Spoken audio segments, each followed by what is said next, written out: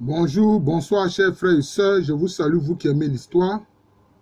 Je voudrais aborder le thème de la mère et de l'enfant à travers l'histoire, depuis l'Égypte antique. Vous voyez par exemple ici, cette image-là, j'espère que vous la verrez bien, c'est l'image de Isis qui est en train d'allaiter Horus, son enfant. Alors il est dit que quand c'est comme ça, ben, la mère donne du lait à l'enfant divin, voilà, l'enfant divin notamment, ou plutôt l'enfant royal, ou le prince Horus, qui est le fils d'Osiris. Voilà. Alors ce thème-là, de la mère qui allaite, c'est un thème qui est assez fréquent.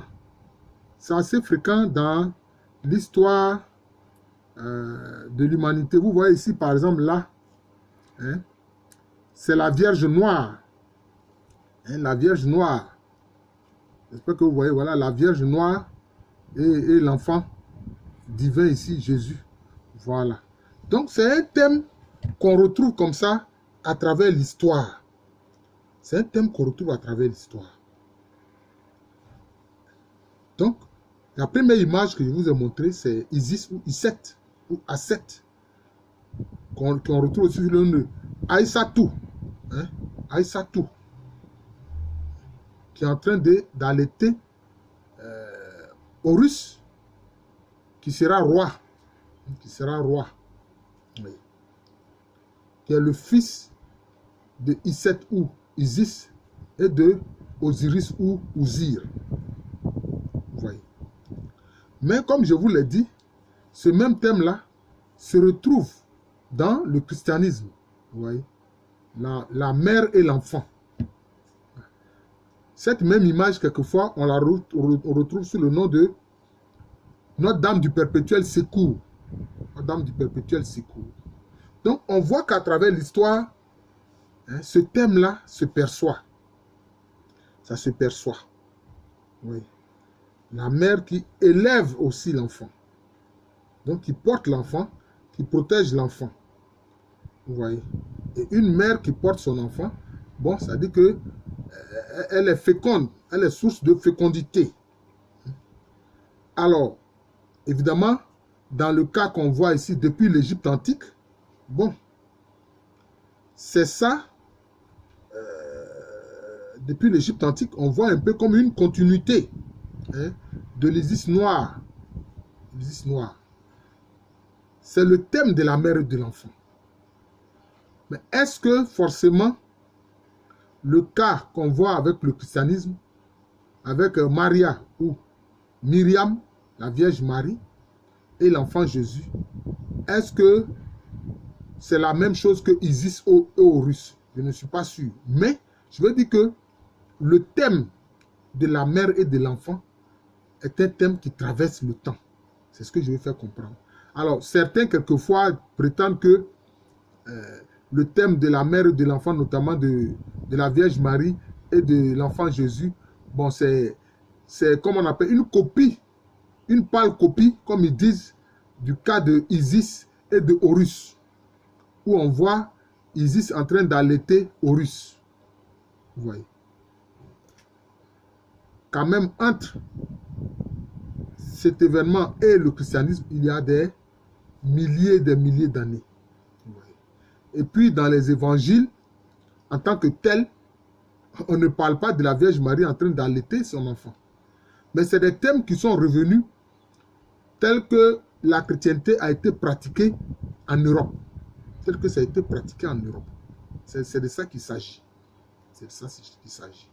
Pour dire que simplement, la Vierge Marie est aussi une mère bienveillante qui veille sur son enfant. Tout comme on l'a vu, Isis aussi est une mère bienveillante qui veille sur son enfant. Mais je vais vous dire une chose. Bon, ici par exemple, l'image que j'ai prise, c'est celui de la Vierge Noire. C'est celui de la Vierge Noire.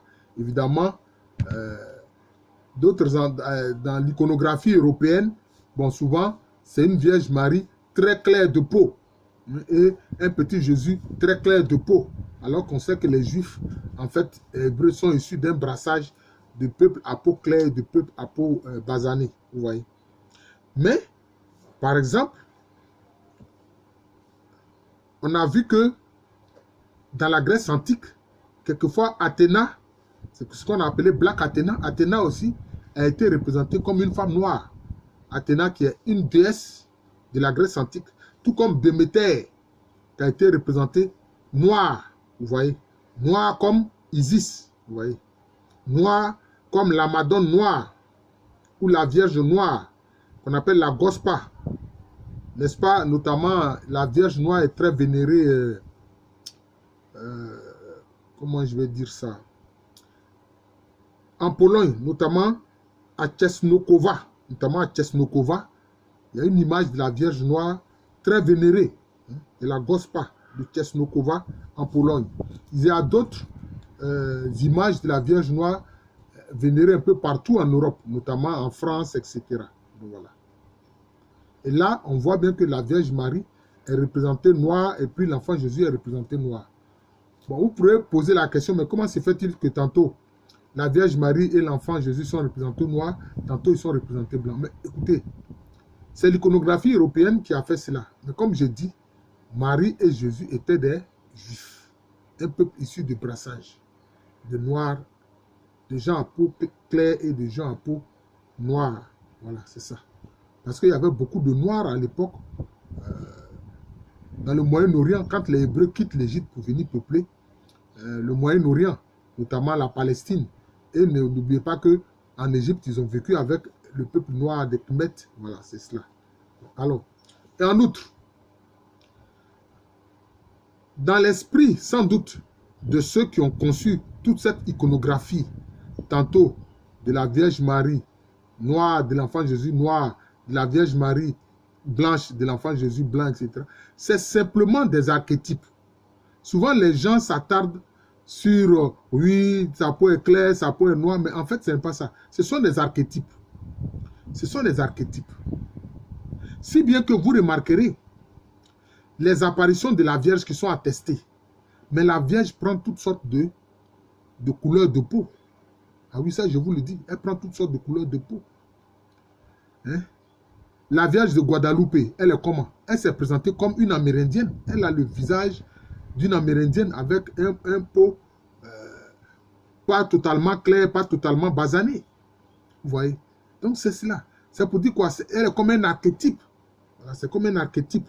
Et n'oublions pas que les premiers hominidés, les premiers humains, les premiers homo sapiens sapiens sont nés dans la région des Grands Lacs. Donc l'humanité première de laquelle découlent toutes les autres humanités, de laquelle dérivent toutes les autres humanités, est une humanité d'abord noire, qui apparaît dans la région des Grands Lacs. Donc c'est d'abord une humanité noire qui est l'humanité primordiale, la première humanité.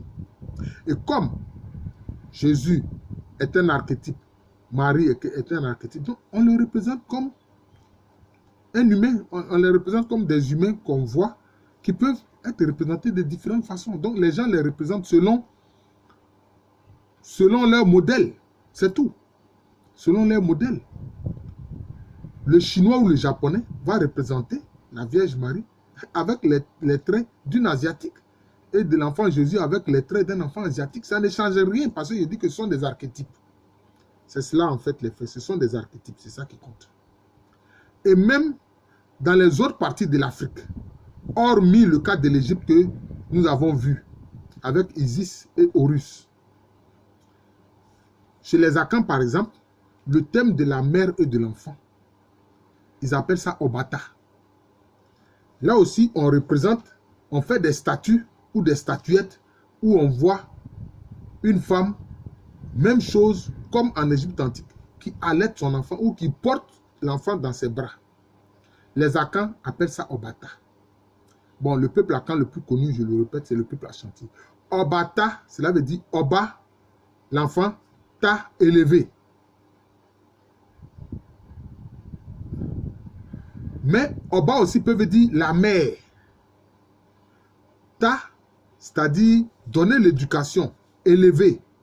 Donc, Obata peut pouvoir dire la mère qui élève, la mère qui prend soin de l'enfant. Voilà. L'enfant élevé, éduqué, ou la mère qui élève, qui éduque. Je pense que les deux interprétations sont possibles, mais c'est surtout la deuxième pour laquelle je pense, c'est-à-dire Oba, la mère t'a élevé. Voilà. Obata. C'est ça. Et ça prend d'autres formes avec ce qu'on appelle les statuettes de fécondité ou les statues de fécondité. Voilà. Où il y a des statues ou des statuettes qui représentent des femmes. Et ce sont des statues ou des statuettes qui sont sacralisées et qui faisaient l'objet de culte. Bon, peut-être dans d'autres régions d'Afrique encore, ça peut se pratiquer, qui faisaient l'objet de culte. Et les femmes qui désiraient avoir un enfant allaient donc accomplir le rituel, voilà, et devant ces statuettes de fécondité, hein, qui représentent une femme. Quelquefois même, ça peut être une femme qui est en grossesse, ça peut être une femme qui porte un enfant, etc. Voilà. Donc, et il est dit que, bon, des femmes, ils sont allées, puis elles ont été satisfaites à la suite du rituel de vénération de l'esprit. En fait, c'est l'esprit qui habite la statuette. Donc, c'est-à-dire que la représentation de la mère et de l'enfant. Donc, c'est un principe. C'est un principe. Voilà. C'est un principe. Il ne faut pas voir simplement une statue, non. Hein, derrière la statue de la mère et de l'enfant, il y a tout un langage. C'est faire appel à la femme qui est féconde. Donc, qui met au monde des enfants, qu'elle élève, dont elle prend soin. Voilà. Une fois, j'ai regardé une émission, je crois, française, sur une chaîne de télévision, où il y a des femmes européennes qui ont dit que oui, elles sont allées se soumettre à ces rituels des statues de fécondité, ou des esprits qui habitent les statues de fécondité, et qu'à la suite de cela, elles ont eu des enfants. Parce qu'elles avaient tenté tous les moyens dits modernes, de la médecine moderne, et puis bon, elles n'ont pas été satisfaites. Vous voyez, elles n'ont pas été satisfaites. Elles sont venues témoigner sur ce plateau de télévision-là. Mon problème, ce n'est pas de dire oui, le cas de la Vierge Marie et de l'enfant Jésus, c'est une pâle copie de ce que faisaient les anciens Égyptiens avec Isis et Horus, ou que faisaient les autres peuples, que mettent les autres peuples africains avec la statue Obata, comme j'en ai parlé pour le cas des Akans, ou simplement les statues de fécondité qu'on trouvait un peu partout en Afrique. Mais je veux dire simplement que ce sont des archétypes qui montrent la mère et l'enfant. La question qui pose le problème de la question de la fécondité, hein, qui est résolue de cette façon-là par les peuples noirs, hein, à travers des statuettes dans lesquelles on voit le principe de la mère et de l'enfant, de la mère qui est féconde, voilà, et qui porte l'enfant. Mais il faut comprendre aussi que derrière cela aussi, il y a le principe de la terre. La terre comme un être cosmique d'un genre féminin. Voilà. La terre, je le répète, comme un principe cosmique d'un genre féminin. Qui, elle aussi, porte les hommes. Puisqu'elle porte les hommes, c'est comme si elle est une mère qui porte ses enfants, qui veille sur ses enfants, qui leur donne à manger à travers l'agriculture. Quand ils pratiquent l'agriculture, la terre, hein, fait montre de sa fécondité. Voilà. Pour que les hommes puissent avoir les fruits pour manger. Vous voyez. Donc, c'est cela. C'est cela. Donc, c'est de ça que j'ai voulu parler. La mère et l'enfant. La mère qui porte l'enfant. Voilà. Maintenant, si c'est repris dans la chrétienté, bon. Mais la chrétienté a son langage. Voilà. A son langage. Voilà. La religion osirienne aussi a son langage.